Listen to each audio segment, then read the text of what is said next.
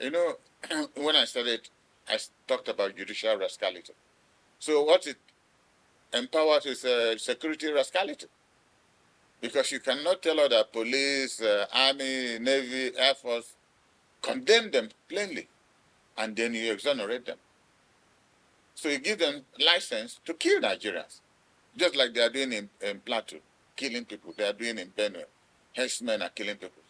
But you haven't had any person in this country condemn the herdsmen of Nigeria for killing hundreds of thousands of Nigerians. You haven't had them condemn the killings in southern Kaduna.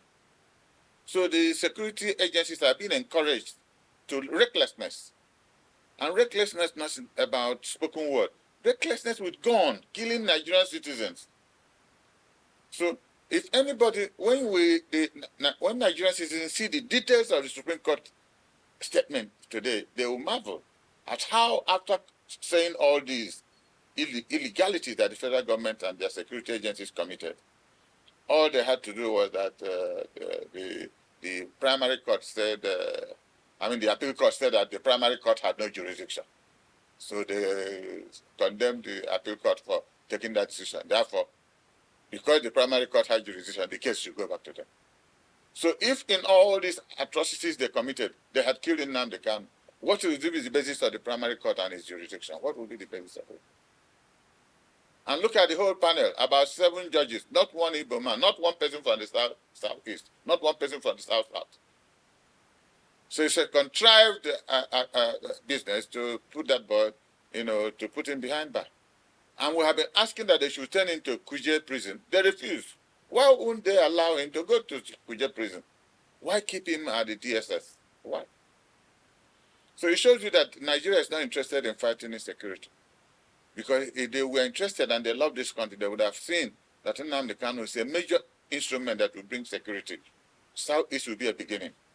The other parts of the country would have been a follow-up.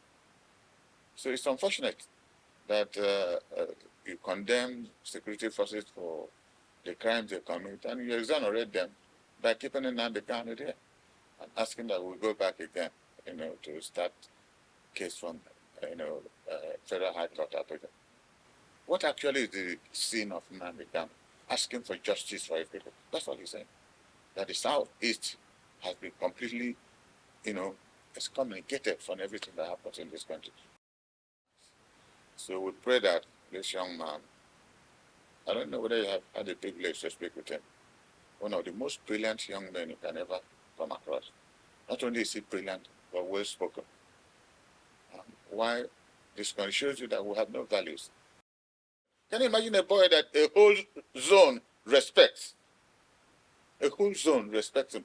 Who else, apart from M.I. Okpara in those days and Dr. Nnamdi, they don't have as much respect as this young man. That would have been an advantage for Tinubu and his government with the National Security Advisor to say, look, how do we seriously start to curb this insecurity in the country? If this boy is so loved by his people, why don't we sit him down and discuss with him, know where he's coming from? If there are things he's agitating against we can solve, we start doing something. And look at Northwest and Northeast. Look at where the country is today. Everywhere is war, killing people. Killing is no more, it's an admirable, concept in Nigeria now. Any day nobody is killed, you don't hear it, then it's abnormal.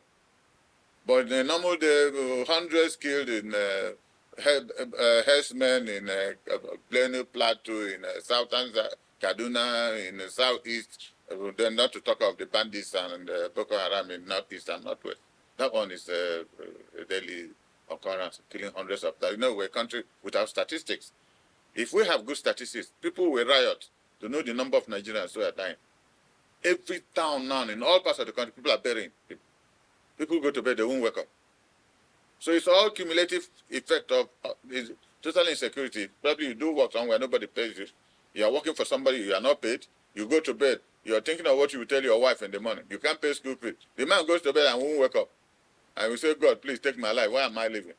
When a man cannot take care of his immediate family, what life is it anymore?